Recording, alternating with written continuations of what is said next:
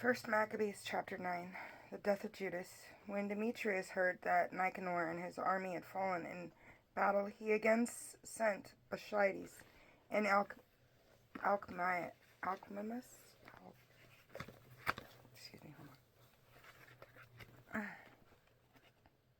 and Alcimus into the land of Judah, along with the right wing of his army. They took the road to Galilee, and camping opposite the ascent at Arbela, they captured it and killed many people in the first month of 152nd year. They encamped against Jerusalem. Then they set out for Berea with 20,000 men and 2,000 cavalry.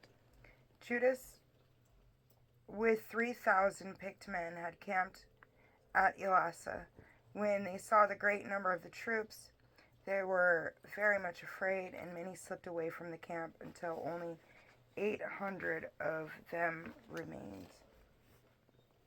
When Judas saw that his army was melting away just as the battle was imminent, he was broken-hearted because he had no time to gather them together. In spite of his discouragement, he said to those who remained, "Let us go forward to meet our enemies. Perhaps we can put up a good fight against them." They tried to dissuade him, saying, "We certainly cannot. Let us save our own lives now and come back with our kindred, and then fight against them. Now we are too few." But Judas said, "Far be it from me to do such a thing as to flee from them. If our time has come, let us die bravely for our kindred, and not leave a stain upon our honor." Then the army of Bashides moved out of camp and took its position for combat. The cavalry were divided into 2 squadrons, and the slingers and the archers came up on ahead of the army. And in the front line were all of the best warriors. Bashides was on the right wing, flanked by the 2 squadrons. The phalanx attacked as they blew their trumpets. Those who were on Judas's side also blew their trumpets. The earth shook with the noise of the armies, and the battle raged from morning until evening. When Judas saw that Bashides was on the right with the main force of his army, all of the most stout-hearted rallied to him, and the right wing was crushed.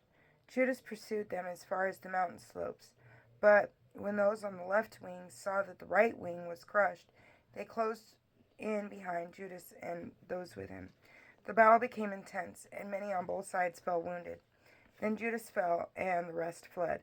Jonathan and Simon took their brother Judas and buried him in the tomb of their ancestors at Modian. All of Israel wept for him with great lamentation. They mourned for him many days, as they said, "How the mighty one has fallen, the Savior of Israel." The other acts of Judas in his battles, the brave deeds he performed, and his greatness have not been recorded, but they were very many. The leadership of Jonathan. Jonathan succeeds Judas. After the death of Judas, the lawless raised their heads in every part of Israel, and all kinds of evildoers appeared. In those days there was a very great famine, and the country deserted to them. The Bashides chose renegades and made them masters of the country. These sought out and hunted down the friends of Judas, and brought them to Bashides, who punished and derided them. There was great tribulation in Israel, the like of which had not been since the time prophets ceased to appear among them.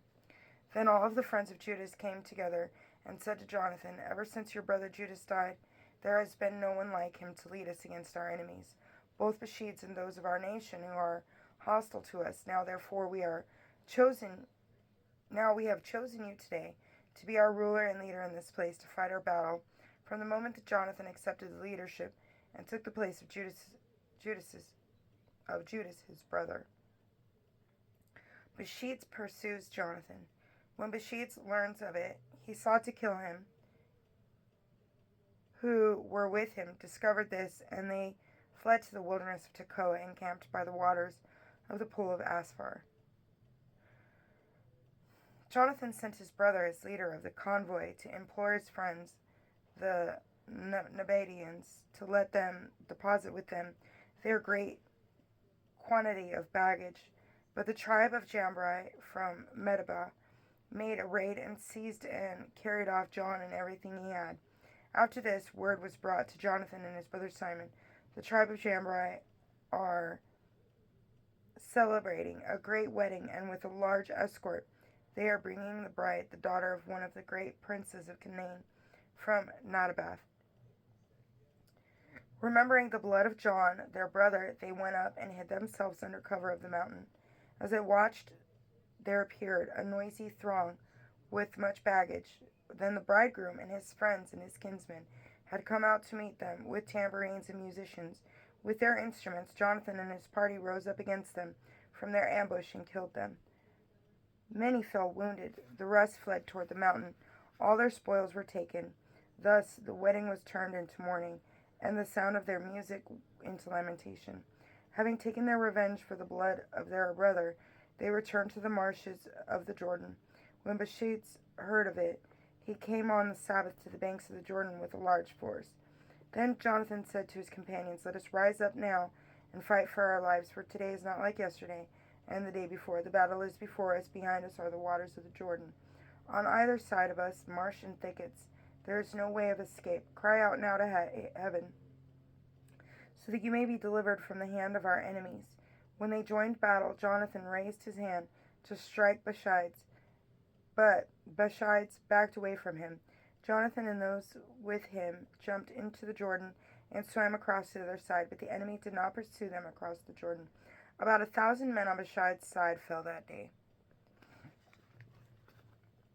On returning in Jerusalem, Bashades built strongholds in Judea, the Jericho fortress, as well as Emmaus, Beth-horon, Bethel, Timnath, Parathon, and Taphan, with high walls and gates and bars. In each he put a garrison to harass Israel. He fortified the city of Bethsur, Gatzara, and the citadel, and put troops in them, stores of provisions. He took as hostages the sons of the leading people of the country and put them in custody in the citadel at Jerusalem. In the 153rd year, in the 2nd month, Alcimus ordered the wall of the inner court of the sanctuary to be torn down, thus destroying the work of the prophets. But he only began to tear it down just at that time that Alcimus was stricken and his work was interrupted. His mouth was closed and he was paralyzed, so that he could no longer utter a word to give orders concerning his household. Alcimus died in great agony at that time, seeing that Alcimus was dead. Bashades returned to the king, and the land of Judah was at rest for 2 years. Then all of the lawless took counsel and said, "Jonathan and those with him are living in peace and security. Now then, let us have Bashades return, and he will capture all of them in a single night." So they went and took counsel with him. When Bashades was setting out with a large force, he sent letters secretly to all of his allies in Judea, telling them to seize Jonathan and his companions. They were not able to do this, however, because their plan became known. In fact, Jonathan's men seized about 50 of the men of the country, who were leaders in the conspiracy, and put them to death. Then Jonathan and those with him, along with Simon, withdrew to Bethbasai in the wilderness. He rebuilt its ruins and fortified it. When Bashades learned of this, he gathered together his whole force and sent word to those who were in Judea. He came and camped before Bethbasai, and, constructing siege engines, he fought against it for many days. Leaving his brother Simon in the city, Jonathan, accompanied by a small group of men, went out into the countryside. He struck down Odomera and his kindred and the tribe of Pashiron in their encampment. These men had begun to attack, and they were going up with their forces. Simon and those with him then sallied forth from the city and set fire to the siege engines. They fought against Bashades, and he was crushed. They caused him great distress because the enterprise he had planned was in vain. He was enraged with the lawless men who had advised him to invade the province. He killed many of them and resolved to return his own country. Jonathan learned of this and sent ambassadors to agree on peace with him and to obtain the release of the prisoners. He agreed to do as Jonathan asked. He swore an oath to him that he would never try to do him any harm for the rest of his life, and he released him, the prisoners he had previously taken from the land of Judah. Thereupon he returned to his own land and never came into their territory again. Then the sword ceased from Israel. Jonathan settled in Michmash. He began to judge the people, and he eliminated the renegades from Israel. The word of the Lord. Thanks be to God. God bless you.